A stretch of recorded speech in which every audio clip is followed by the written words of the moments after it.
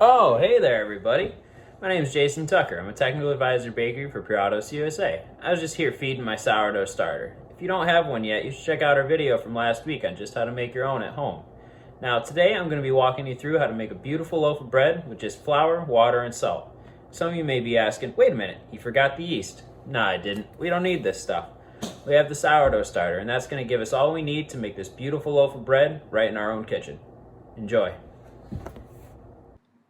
Alright, so the first part here, I just mixed the flour and the water together. All I'm doing is hydrating the flour. This is just called autolyse. It allows the flour to come together, make sure there's no lumps, and then we're going to let it rest for 30 minutes and come back and incorporate the sourdough and the salt. So in this step, I actually just take the sourdough and the salt and I incorporate it into the dough until the bread is homogeneous.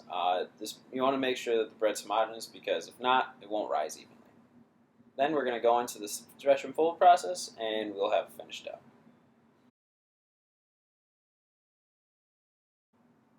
So because I'm not using a mixer, I use the stretch and fold process. The stretch and fold process, you take the dough from the outside of the bowl and you move it to the inside. What I'm doing here is realigning the gluten strands. Now I'm going to do this about 4 or 5 times over the course of like 2 to 4 hours. And by the end of it, I'll have a nice homogeneous dough. I would have the same result if I put it into a stand mixer, but because I don't want to use that piece of equipment, we're going to take a little bit more time, develop the flavor, and have a beautiful loaf of bread at the end of the day.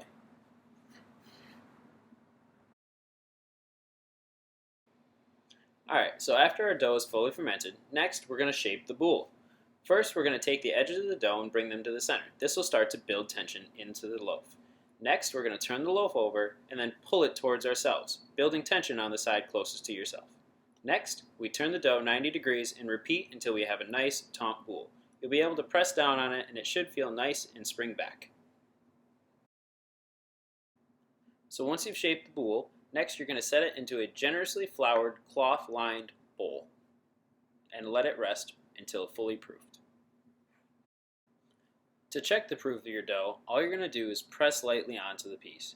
If it springs back immediately, it's not quite ready. If it stays indented and springs back about halfway, you're ready to go.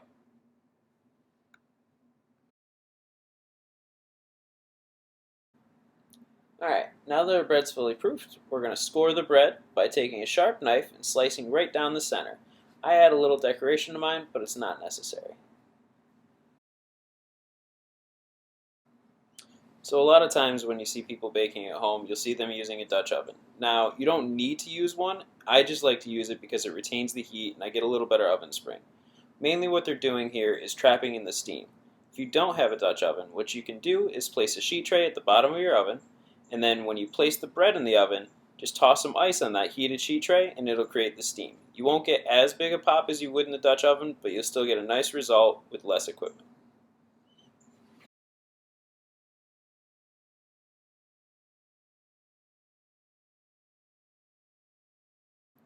Always cut a boule from the center, not the ends. This gives you even slices, and also you can put the pieces back together to prevent the bread from staling.